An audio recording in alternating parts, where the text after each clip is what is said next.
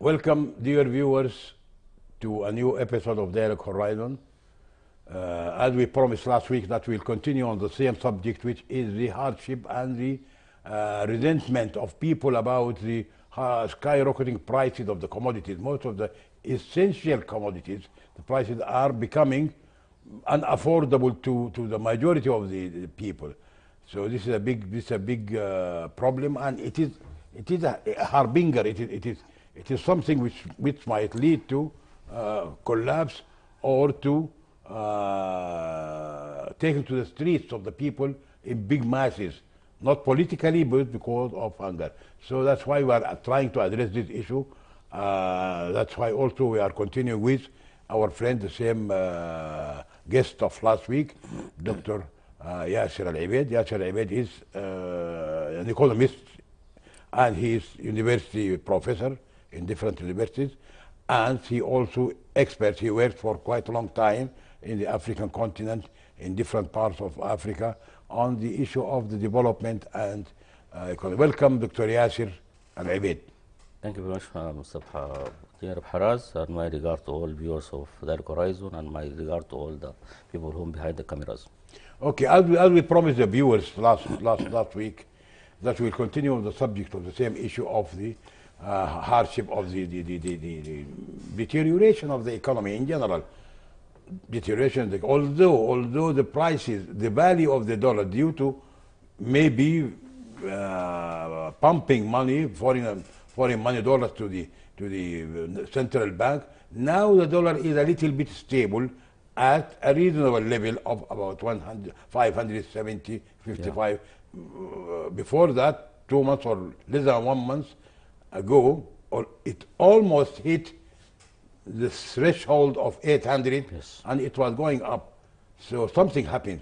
Yeah. Miracle, somebody brought money, definitely something from inside the country, not from outside, because we did not get any assistance from any country for the last, since October 25th. So now the dollar is stable, but still prices are high. Prices did not cope with the devaluation or the appreciation of the pound compared to the dollar. So now the government is trying to bridge the gap to make ends meet by first, in the past, before 25th October, there was this program of direct cash payment, which was called Samarat. This was assistance from the international community, which stopped completely. Accompanied by that, the government tried to do some modification or selling of prices in different centers at very low prices, different than in the supermarkets. So, do you think that, Dr. Yasser, this will be, is it enough, or is it an analgesic, or is it a remedy to the problem? I think so. As you mentioned on the last episode, we have talked about the fluctuations of the dollar and up and down. It came to now from 800 to 570 now, and I've seen the prices being soared up to the end. Part of the price has been increased by 100%, especially in food stuff and whatever, and other commodities. And but the problem, the government is not taking care about this type of things, about the pricing, about the commodities, about the market, about it's not taking care of that. Ministry of Trade is really completely absent when the dollar goes up and down. And by the way, there is part of the commodities and part of the items is being supported by the government. Strategic, like wheat now is just a little bit come down, and I've seen the bread from 50 to 40, and that is not enough. We're expecting not more than that, at least the price to come down of the bread and other commodities.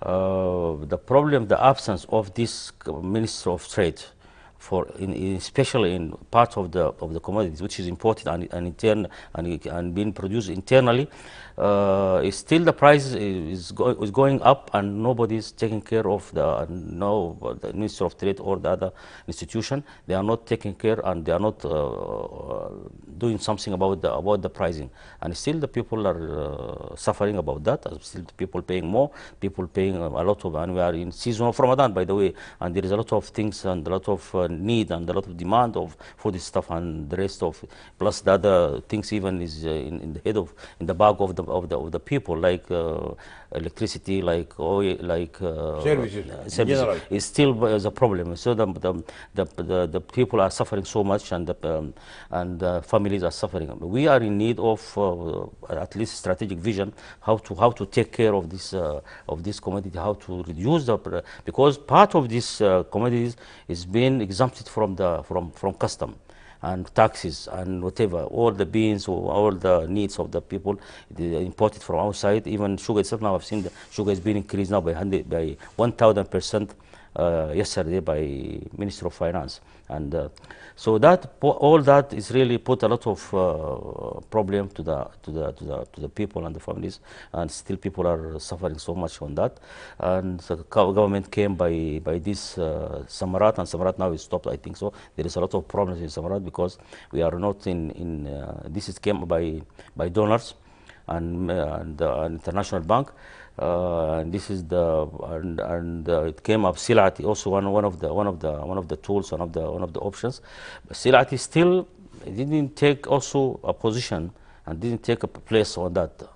Silati is very far from the people because people are buying just from the common market. They didn't get anything in the part of it, maybe in part of the district and places, maybe there. But generally, it is not there because in my place, I didn't hear about Silati and whatever. So some people, Dr. Yasser, just let me interrupt. Some people, they told me that the Silati, the direct assistance to the government of giving or displaying commodities at certain centers at low prices.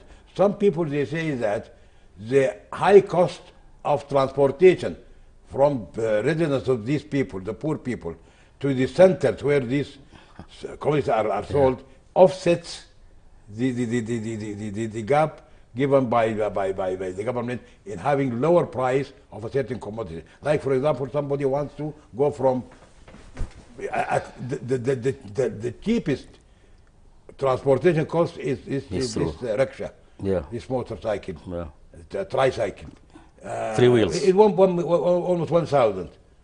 If you go to the center, 1,000, 2,000 for transportation, whatever you save is lost in the transportation. It's true. That's true. In fact, by the way, we are just taking the things like that. That the price from the production side or from the factory up to the wholesale, from wholesale to the resident areas. It is really. It seems like there is difference, but you don't find difference unless you've been nearest to this position or to these centers. If you are near to this center, maybe you can save part of the. Maybe. Yeah, but if you are coming by transportation, you will never save something, and you will feel it's better you buy it from common market. So you have to be with the walking distance from the walking distance. The walking distance, yeah, walking distance is okay, but the people are coming from far. Okay, Dr. Yassin, let me jump to something related to this, something for which we used to have it. We used to have the cooperatives. We used to have a full ministry for quite a long time for trade and cooperatives. The cooperative, do you think, is it a good option? Can the government revitalize this process of cooperative and give the assistance which the government used to do, or this will contradict the policy which is now adopted, inherited from the old regime, and it is adopted, which is a free market, or what you call it, the market economy. Yeah. Let the market work. Different forces of the market, they adjust themselves. This is the theory. Can you tell us about the cooperatives? Is it a good solution, or can it be revived within the market economy? It was, it's true. As you mentioned, we have talked about it, the cooperative institution before. It was worked a lot with the people and supported people a lot, maybe in 1970s, 80s, and it stopped after that. The problem of the economy of Sudan is really lost the directions. And lost the direction, by the way. It's not the model of the economic. We don't have in Sudan a specifically model where we can, in 80 we have a model, in 90s we have a model, in 2000 we have a models, now we have different models, and we want to mix by market economic, and we want to go to again to the cooperative institution, and that one cannot work just like by strategy and vision. As far as you don't have in strategic vision in economic, and you have a special model, and you have that liberalization economic or market economic, you will never reach to a point. You cannot help the people. You cannot go to the to real right way to solve the problem of the economy. But the problem now is jumping to fluctuations of the model itself. That's another problem also. We have to fix the problem. We have to fix the model for almost our plan for 5 years, for 10 years, for 25 years, for 50 years, to be very specific. Should be very restrict. Should be not change, not be whatever. So now we are the market economy is being changed now we are going back to cooperative system and institution. It can help, but where the government is in a production. Government is not producing anything at this time. Before, the government has a lot of production areas, a lot of production industries, a production plant, has a lot of whatever. So now at this time, after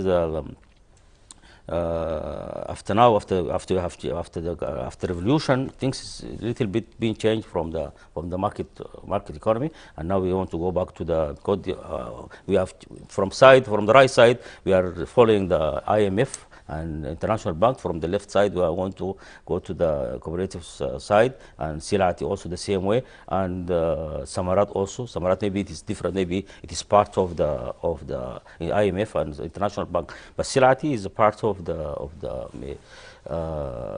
so that things it can help maybe maybe temporary, but cannot help the problem from the beginning. Now we have to look for a strategic vision, plan, program, at least solve the problem itself. Because now as you've mentioned, as you know, Mr. Haraz, the fluctuation of the rate, exchange rate, and the pound now is going up and down, and the pricing soaring sometime and coming back again, and that instability, it is really give the problem to the economic directly, and we have to look for how can we reduce the inflation. It needs a proper program. You have to target the inflation. The inflation is one of the biggest problems, and the exchange rate. Those two things, if you are not going to solve those two signals, you will never change. You will never solve the problem. So you have to look for reducing the inflation, reducing at least the pound to be stable. So retain the trust to our financial institution, retain the trust and the confidence to the central bank, to our system, our financial system. Now the problem we have a lot of money outside. It cannot come inside, and mobilization of the resources itself. If you don't do that, I think so we'll be in problem forever. So we have to look for you have a lot of money, that immigrant money, you have it outside, you have smuggled money outside, you have expatriate money, it is there, you have money inside, stored there inside internally, you have a lot of gold internally exported outside and being outside, and you have internally a lot of gold being stored here inside. So that's a lot of money, huge of money. In fact, this can reach up to 100 billion US dollar. And you don't have a vision to track this money, you will be there. You go to Sirati, you go to this small. This is something from hand to mouth for somebody who is in starvation, or somebody is in Hungary. That's only you can just remove someone who is from that side just to put it. Okay, doctor. That's a problem. So you have to look for put a vision or program. If we need in this time, in this transition period, one year program. Can treat the inflation, can treat the exchange rate, can make a reserve in the central bank. At least you jump to a program of 3 years, shock program, or any program just in that side. So you can do something. Otherwise, will be just we move around to give people from hand to mouth, and that cannot solve the problem. Okay, you are definitely a scholar, economist. There are two different schools of thought in Yes. economy, starting from Adam Smith to the Russian or the communist models. Yeah. So market economy is capitalism, definitely. It's true. And this is market economy. It's capitalism. And the other is communism, which worked in Russia and China for some time, but it did not stand the blows. Now Russia and China, they are back to the almost the market economy, almost. But especially in China, they have some restrictions. They have some intervention, which is allowed also in the market economy. Do you think that from the beginning, the policy of market economy, in my mind, it's something good because it gives the competition for the private sector to flourish and go and to look better than the public sector. All the private sector is better. As you know, the market economy does not reject or object direct payments to certain people, like in America. For example, in America, Biden last year, because of the COVID-19, the downfall of the economy and the hardship which hit most of the Americans, he paid cash money to Americans, all Americans. They received $3,000, $5,000 to $1,000, anyhow, direct payment. Although America is the great pantheon of market economy. Yeah. So do you think, as an economist, market economy it's not suitable in Sudan? Shall we go to communist economy, or shall we go to full ownership of the economy to the public sector and the government? The government, as far as there is international institution and you are part of that and you're a member in international institution, you cannot work with that isolated economic. So the economic now is always been in one circle. So you cannot be out of that. Definitely you cannot.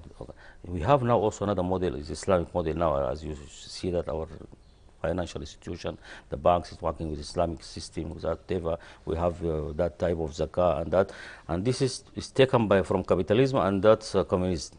So it's taken from the two sides, and it came to the middle. But there is in capitalism, there is a lot of advantage, and there is disadvantage for our economy. If you apply that in our economy, in this communism also we have the same problem. There is an advantage and there is disadvantage, because as you mentioned, this cooperatives institution before, it works a lot and it worked very well, and now in Egypt it is there, and in fact, by the way, the economy of Ethiopia is being increased, the GDP, and increase the gross indications by this type of during Mali Zenawi. Yes, yes, go to the cooperatives in agriculture. It has huge of cooperatives. It is not only for in commodities, no. It is in agriculture, in production. It is working with that type of, even in the rural area, in up countries. So it works like that, and it has a lot of advantage in that, and this gives the economy of Ethiopia a lot of increasement in the GDP and production itself. It works very well. And this is why in Ethiopia it was up to 2006, 2007, it was one of the emerging countries in Africa, and expecting that to increase the economy to become one of the good economy. Like Sudan in 2000 up to 2010, it is really achieved a lot of growth. It reached up sustainable growth. It reached up to 10%. It's not been maintained, and it goes after the secession of South Sudan. I want to say that we have to look for a program, put a program, if it is socialism or whatever. But the capitalism now, this is the economic of the world now, and the market economy is the economic of the world. You have to look for also to go with those donors, you go with our internal investors. You have to put up your program, full program, and when IMF come and give you that terms and condition, they can find at least a program there. It can treat that economic with according to your program. Otherwise, you will be lose like that, and you go changing from here to there, here to there, and that's a problem. In fact, by the way, and give the problem of the economy, and you cannot go to reforms, and you cannot go even to stability of the indication itself, because the problem of the reforms, you can't do the economic reforms, unless you make stability in the indications, inflation, exchange rate, pricing, growth. We have to do that. Okay, Dr. Yasir. Okay, so now let's agree that, okay, the market economy is proved to be, I think so. So far, the best option. Even China now is working with that. Even China now is switching. China is now almost a capitalist It's country. true. It's true. Although in politics, Yeah, it is under the Communist Party. it's true. Full grip, After very disciplined, very true. strong, but they don't go into the economy. Free market, a lot of billionaires, It's true. Chinese billionaires, and even in Russia. The biggest also. economy in the world now. But do you think that the best way, I think, is to put market economy, free market, as an ultimate objective, starting by adjustment, intervention of the government, which is controlled market economy, controlled, until we reach the objective of full. This is the best way. This is the best way, I think so. In This between, this can true. incorporate, it can incorporate intervention of the government in the pricing, which is, again is the free market policies. It can go for the cooperatives, for the commodities. They can go for direct payment to those who are paid in the payrolls of the government. Most of those are who are hard hit, very hard hit by the price commodities, are those who are in the payroll list of the government. Others, they are just private sector and craftsmen. They just their prices for repair. They adjusted according to the general situation, the economic situation. So the target should be to those who are in the payroll of the government, whether the police, starting the police, the army, the administrators, the clerk, everybody in the pay list of the government should be entitled to direct payment, other than the salary. Because once things are adjusted, this can be taken out, cannot be a right. It is just a gift. So what do you think? Is it the ultimate objective is to start gradually till we go to full-fledged? I think so. This is a good way on that. If you put it in a program, I think so. What is your suggestion on that? And most of the economy around the world, you cannot say the government is going to be away from the economy. The government should be there. It's true, part of this institution like central bank in USA, in South Africa, it's being changed now to reserve bank and away from and being independent. It's not belong to the Minister of Finance or not belong to the government, but belong only to the economic movement.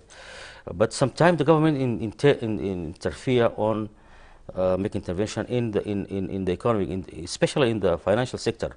Like during the financial crunch, during the financial crisis, during the corona problem, the governments, most of the governments in the world is pumping a lot of money in the central banks and give to the companies, to the banks, to try to pump some money, at least to maintain the pricing of the currencies and whatever. So the government is there, is had to interfere. Sometime in Sudan, the government should be around the economics, to at least to cover the economy, to at least to guard the economy, because the government is the strong part. If it's getting a problem somewhere, it has to interfere to do something, at least to solve the problem here and there. And now we have seen now the price of the dollar coming down because of bumping of money in central bank and the reserve and the gold even itself. We'll go short of time very soon. Now we go to the main issue, the main issue which is your domain. The main issue, just tell the viewers about the mineral resource of Sudan, its location generally, its the effect of smuggling. Just give us a good picture about the mining, especially after the conference which was held in Kadugli, which cast some light on this area as an area of potential reserve for minerals. But tell us about the minerals in Sudan in general, and gold in particular?